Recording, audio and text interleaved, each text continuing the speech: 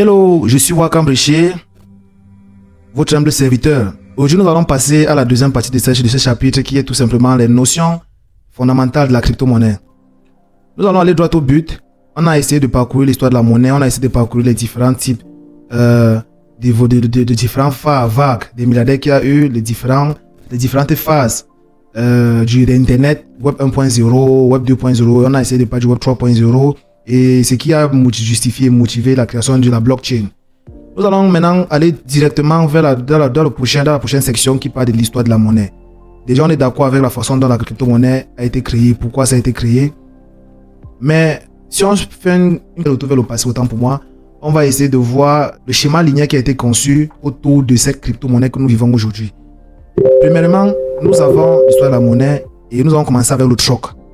Le troc que tout le monde connaît, qui était tout simplement le fait d'échanger un produit pour un produit ou un service pour un service. Il n'y a pas vraiment de matière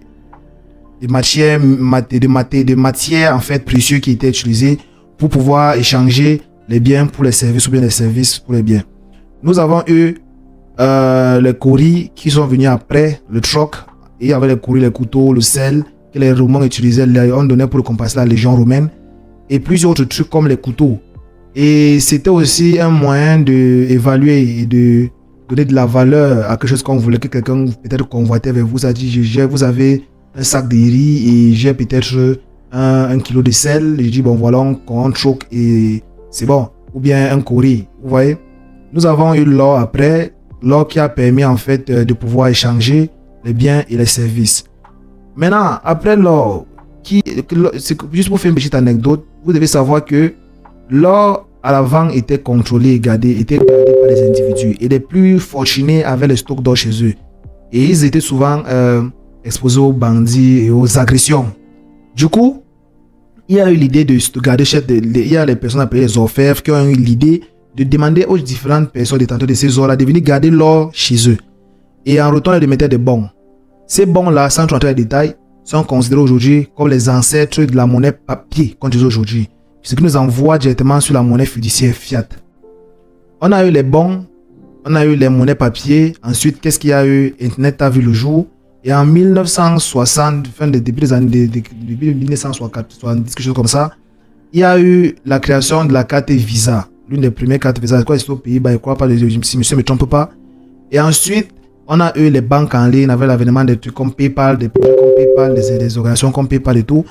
Et maintenant, nous avons eu le mobile money qui a vu le jour au début des années 2000, fin des années 2010. Aujourd'hui, mobile money est considéré comme le bébé en fait de la crypto-monnaie parce que grâce à mobile money qu'on a compris qu'on pouvait échanger, transférer de l'argent d'une personne à une autre via le téléphone mobile. Est-ce qu'on se comprend?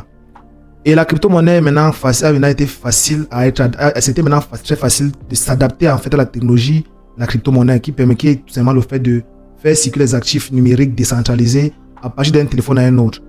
Aujourd'hui, nous avons la crypto-monnaie, nous avons les différents types de crypto-monnaies, comme par exemple le Bitcoin, Litecoin, Ethereum classique, Monero, Bitcoin Cash, Dash, Ripple et consorts.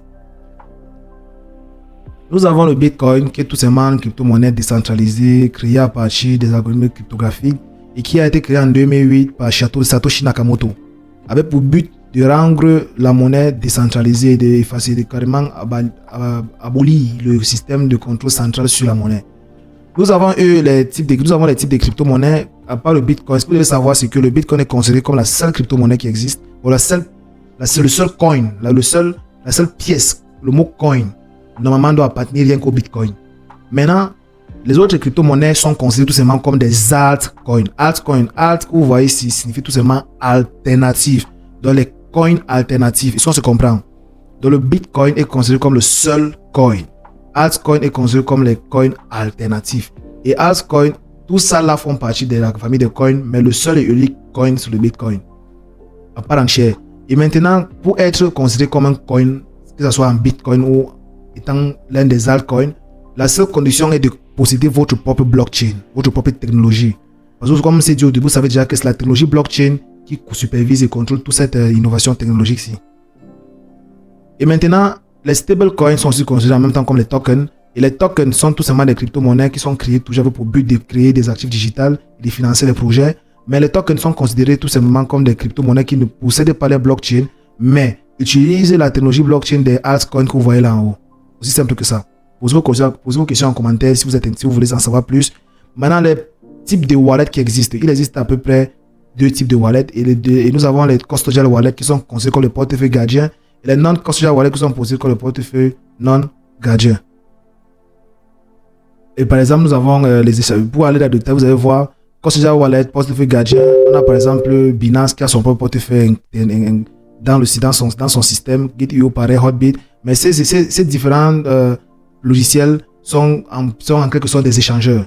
On se comprend, mais possèdent leur propre portefeuille. Mais ils sont custodial. Pourquoi? Parce que la clé privée qui donne accès au fonds, situé dans ce portefeuille ici, cela ne vous appartient pas, elle appartient beaucoup plus au propriétaire du logiciel. Donc, c'est n'importe qui peut se lever et décider que bon, on a fini avec vous, partez, votre argent est gelé.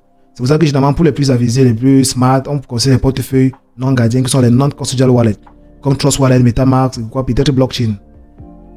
Il y a plein de détails concernant ça dans mon livre qui sort bientôt. Je ne vais pas vous donner le titre aujourd'hui, mais soyez patient. On a la clé pour les cold wallets qui sont simplement considérés comme les Ledger Nano X et consorts, les trésors.